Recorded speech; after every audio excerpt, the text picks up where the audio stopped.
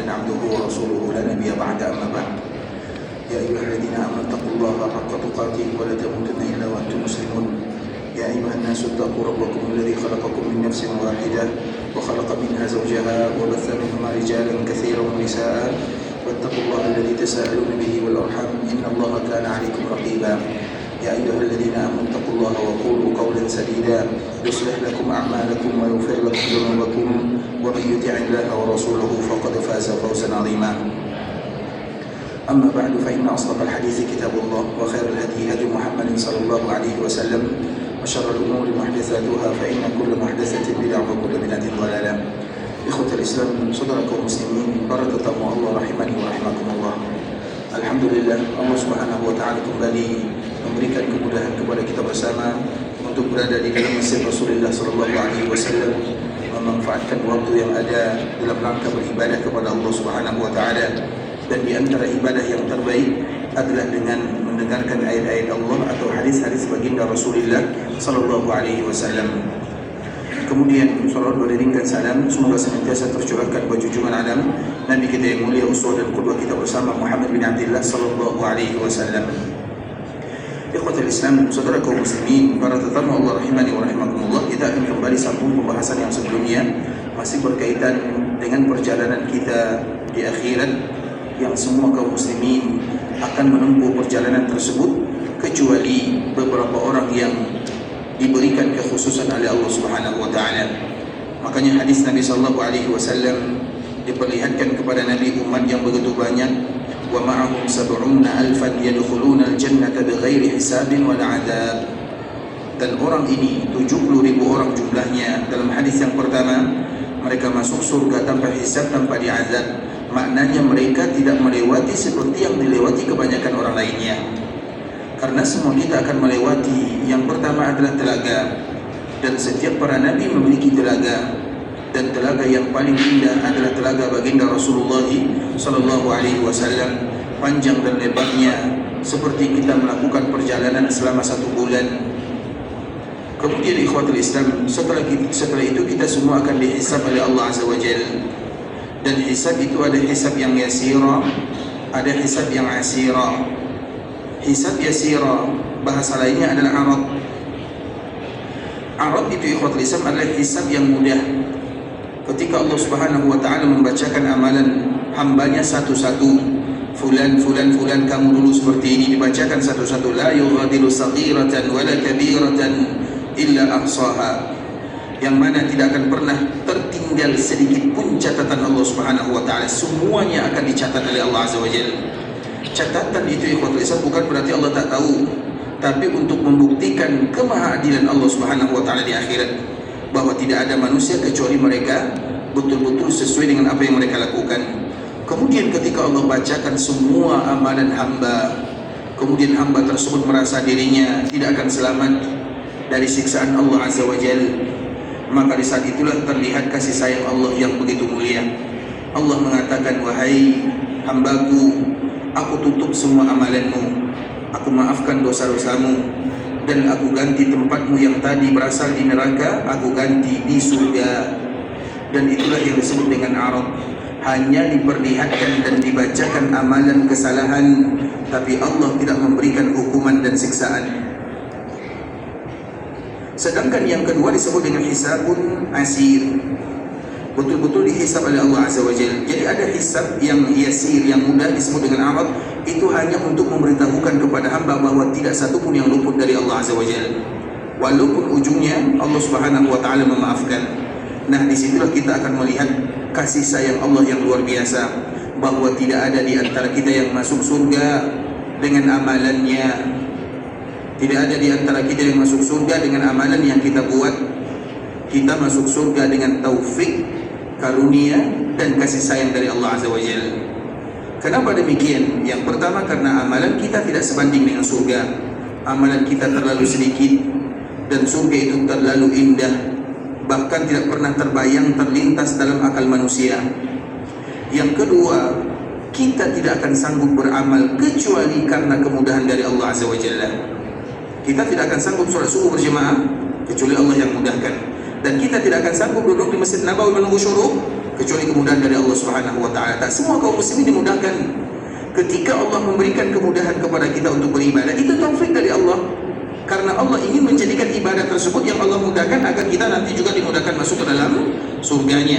Jadi Nabi menyebutkan tidak ada satupun yang masuk surga dengan amalannya. Maka jangan pernah bersandar kepada amalan.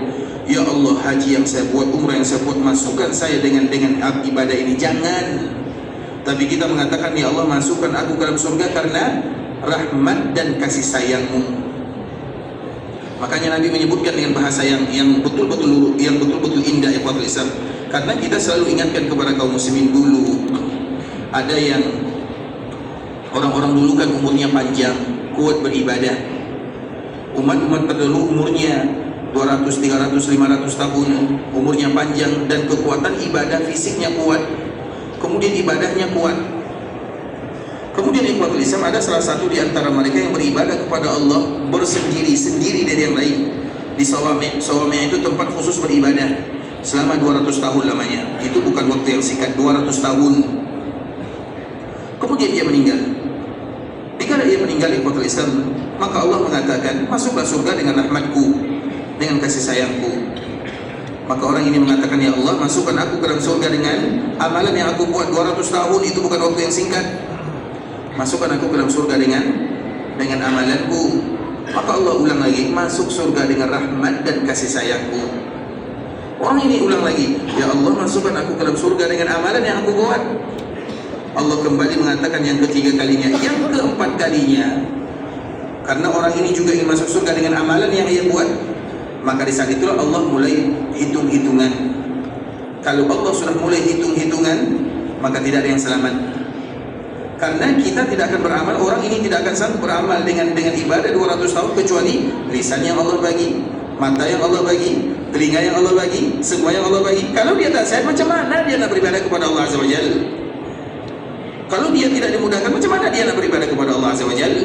Kemudian dihitunglah nikmat telinga atau nikmat mata, satu saja ditimbang dengan 200 tahun ibadah, habis semua amal ibadahnya 200 tahun. Sehingga dari situ dia baru tahu, karena dia akan dimasukkan oleh Allah ke dalam neraka. Tidak ada gunanya amalan 200 tahun dibandingkan dengan satu nikmat Allah Azza wa Jalla.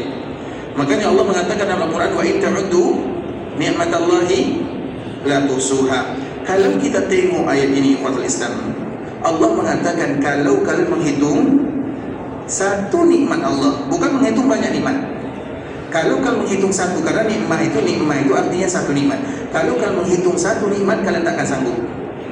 Maknanya baru satu nikmat kita tak sanggup, apalagi nikmat yang banyak.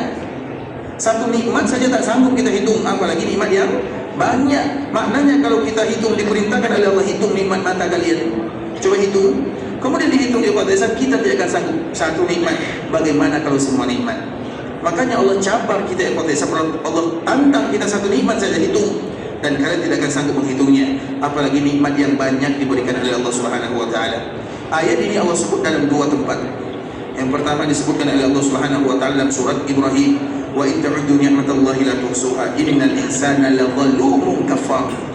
Kemudian Allah menyebutkan siapa kita sesungguhnya. Manusia itu zalum, kafar. Zalum itu bukan artinya zalim, tapi artinya banyak zalimnya. Makanya bahasanya zalum, banyak zalimnya. Kafar, banyak ingkarnya. Itu sifat manusia. Kemudian ayat yang kedua sama disebutkan oleh Allah dalam surah An-Nahl, wa in ta'uddu ni'matallahi la tuhsuha. Tapi ujung ayatnya akhirnya lain, innallaha laghafurur rahim. Sesungguhnya Allah Maha Pengampun dan Maha Penyayang. Walau kalian zalim, walau kalian banyak ingkarnya, tapi Allah tetap Maha memaafkan dosa dan kesalahan kalian. Jadi dua ayat ini merupakan dua ayat yang terindah. Artinya ikhwatul Islam, kita masuk surga itu bukan karena amalan. Dan kita beramal jangan pernah tergiur. Saya kan orang yang rajin beribadah. Karena biasanya orang yang tergelincir adalah mereka yang rajin beribadah. Karena dikala rajin beribadah, mereka anggap hina orang lain yang tak beribadah kepadanya. Dan kita tidak tahu ikhwatul Islam, dulu hadis yang dibawakan oleh Imam Abu Dawud dalam Sunan Abi Dawud, diceritakan ada dua orang, yang satu rajin ibadah, yang satu rajin maksiat. Mereka berkawan, kawan dari kecil. Kemudian kawan ini yang rajin beribadah, ayo kita ibadah. Kamu kenapa seperti ini terus? Saya beribadah, Kemudian orang ini mengatakan, insya Allah, maknanya mungkin secara zahir dia tidak beribadah kepada Allah Azza wa Jalla. Kemudian kawan yang satu ini karena sudah kesal kepada kawannya, dia pun mengatakan kalimat ini, kamu tidak akan diampunkan oleh Allah Subhanahu wa taala, kamu tidak akan dimaafkan oleh Allah. Tiba-tiba Allah utus malaikat maut, kedua-duanya meninggal. Kemudian dikala mereka meninggal ikhwatul Islam, maka Allah bertanya kepada orang yang rajin beribadah, manil ladzi yata'alla alayya alla aghfira li fulan? Siapa yang tadi mengatakan bahwa aku tidak akan mengampunkan fulan? Karena dia mengatakan Allah tidak akan maafkan kamu, Allah tidak akan ampunkan kamu. Kenapa kamu berani mengatakan kalimat ini? Karena kamu rajin beribadah, ditimbang oleh Allah Azza wa Jalla. Apa kata Allah? Ahbabtu amalak, aku batalkan semua amalan yang kamu lakukan. Masuklah kamu ke dalam neraka. Pada akhirnya yang menyebabkan dia masuk ke dalam neraka adalah karena ibadah yang dia buat. Karena dia merasa dirinya lebih. Dan kesombongan yang sesungguhnya adalah ketika seseorang melihat dirinya lebih dari yang lain. Saya kan lebih taat, saya kan lebih banyak sholat malamnya, saya lebih rajin puasanya. Kita tak akan sanggup sholat, puasa, zakat dan yang semisalnya kecuali karena taufik dari Allah Subhanahu wa taala. Dan kita tidak tahu, bisa jadi orang-orang yang tadi mungkin berbuat maksiat tapi banyak amal ibadah yang dia sembunyikan, kita tak tahu. Dan kita tidak pernah diutus untuk mengawasi orang lain. Kita tidak pernah ada di dunia untuk mengawasi orang lain. Oh, orang ini rajin ibadah, orang ini malas beribadah. Bukan untuk itu. Kita tak boleh. Di antara salah satu yang harus kita lakukan, min husni islamil mar'i tarkuhu ma la ya'ni. Di antara tanda keindahan agama seseorang dikala ia tak pernah mengurus orang lain. Cukup mengurus dirinya sendiri. Saya banyak salah, saya banyak dosa, saya dimudahkan beribadah karena taufik dari Allah Subhanahu wa taala. Itu di antara adab yang terindah. Sehingga para ulama menyebutkan ikhwatul Islam, sesiapapun yang belajar adab mesti mereka tahu hadis ini. Ada 4 hadisnya. Ini baru adab yang sesungguhnya. Kalau tak tahu hadis ini, jangan bercakap dulu masalah adab. Yang pertama ikhwatul Islam, adab yang sesungguhnya terkumpul dalam 4 hadis ini, dikumpulkan oleh imam kecilnya Imam Malik. Jadi para ulama itu ikhwatul Islam, Ibnu Abi Zaid Al-Qayrawani, para ulama itu semuanya ada imam kecilnya. Imam Abu Hanifah ada Abu Hanifah kecil, Imam Malik ada Imam Malik kecil, Imam Syafi'i ada Syafi'i kecil, Imam Ahmad ada Ahmad kecil. Jadi semua para ulama itu ada yang kecilnya. Kalau Imam Syafi'i misalnya, imam kecilnya Al-Muzani, Syafi'i kecil namanya. Kalau Imam Malik, Ibnu Abi Zaid Al-Qayrawani, Malik kecil namanya. Kalau Abu Hanifah, Muhammad bin Hasan Asy-Syaibani atau Abu Yusuf Al-Qadi, itu Abu Hanifah kecil namanya. Jadi setiap para ulama itu ada pewarisnya yang mereka juga diberikan gelar kepada gurunya. Salah satunya adalah Ibnu Abi Zaid Al-Qayrawani. Itu disebut dengan Malik kecil. Dia bukan Imam Malik tapi guru Imam Malik. Karena ilmunya sama dengan ilmu Malik, maka dipanggil dengan Malik kecil. Sama dengan Al-Muzani, karena ilmunya sama dengan Imam Syafi'i, maka dipanggil dengan Imam Syafi'i kecil. Nah, salah satunya adalah Ibnu Abi Zaid Al-Qayrawani. Dia mengatakan kalau berbicara tentang adab terkumpul dalam 4 hadis. Yang pertama, hadis Nabi sallallahu alaihi wasallam, "Man kana yu'minu billahi wal yawmil akhir falyaqul khairan aw liyasmut." Sesiapa yang beriman kepada Allah dan hari akhirat, maka katakan yang baik atau diam. Itu adalah akhlak yang terbaik. Maknanya orang yang terbaik akhlaknya adalah mereka yang tak pernah berucap kecuali antara dua, yang baik atau diam. Kalau yang banyak berbicara, itu tanda akhlak tak baik. Kecuali kalau kebaikan dan diam, itu baru akhlak yang terbaik. Terkumpul dalam hadis ini. Dan kelebihannya ikhwatul Islam, semua hadis ini dituliskan oleh Imam An-Nawawi dalam kitab Al-Arba'in Nawawiyah. Kitab yang hadisnya hanya 42, tapi 42 ini adalah semua agama. Dan itulah kelebihan Imam An-Nawawi rahimahullahu ta'ala. Umurnya 45 tahun, dia tak kawin, tapi semua dunia mendoakan dirinya. Dia mengumpulkan 42 hadis dan semua agama ada di dalamnya. Salah satunya hadis yang dia bawakan. Kemudian hadis yang kedua, apa itu amalan saleh atau akhlak yang terbaik? Yaitu hadis Nabi sallallahu alaihi wasallam, la taghdab, jangan marah. Maknanya orang pemarah maka harus belajar adab dan akhlak dulu. Karena di antara salah satu adab yang terindah adalah jangan marah. Karena marah adalah kunci semua keburukan. Yang ketiga, akhlak yang terbaik adalah hadis yang tadi kita bacakan. Min husni islamil mar'i tarkuhu ma la ya'ni. Di antara tanda akhlak kebaikan seseorang meninggalkan sesuatu yang bukan urusan. Oh, tetangga bercerai. Oh, ada kawan di sana dia seperti ini, dia ada seperti masalah ini, ada masalah ini, apa yang terjadi, bagaimana sudah ini. Itulah dia tidak fokus dengan demikian, dia fokus kepada dirinya, kecuali kalau diminta tolong, diminta bantu. Karena semakin kita sibuk dengan orang lain, kita lupa dengan ibadah. Semua kita akan ikuti. Siapa yang menang main bola tahun ini? Contoh yang Islam, siapa yang kalah? Kenapa dia menang? Kenapa dia kalah? Semua diikuti. Itu di antara tanda akhlak yang tidak bagus. Min husni islamil mar'i tarkuhu ma la ya'ni. Yang tak ada urusan dengan dia tinggalkan ikhwatul Islam, dia fokus kepada dirinya. Itu adalah di antara salah satu tanda kebaikan seseorang. Kemudian yang keempat, la yu'minu ahadukum hatta yuhibba li akhihi ma yuhibbu li nafsihi. Orang yang akhlaknya mulia, dia memperlakukan saudaranya sebagaimana ia ingin diperlakukan. Ini adalah 4 kaedah akhlak. Yang ingin belajar akhlak mesti hafal dan mengetahui akan 4 kaedah ini. Itulah akhlak yang sesungguhnya. Salah satunya ikhwatul Islam adalah jangan terlalu sibuk menilai orang lain, karena bisa jadi menilai orang lain membuat kita masuk ke dalam neraka Allah Subhanahu wa taala. Karena semua kita masuk surga bukan karena amalan penyebab, dan yang menyebabkan kita beramal juga Allah, yang memudahkan kita beramal juga Allah.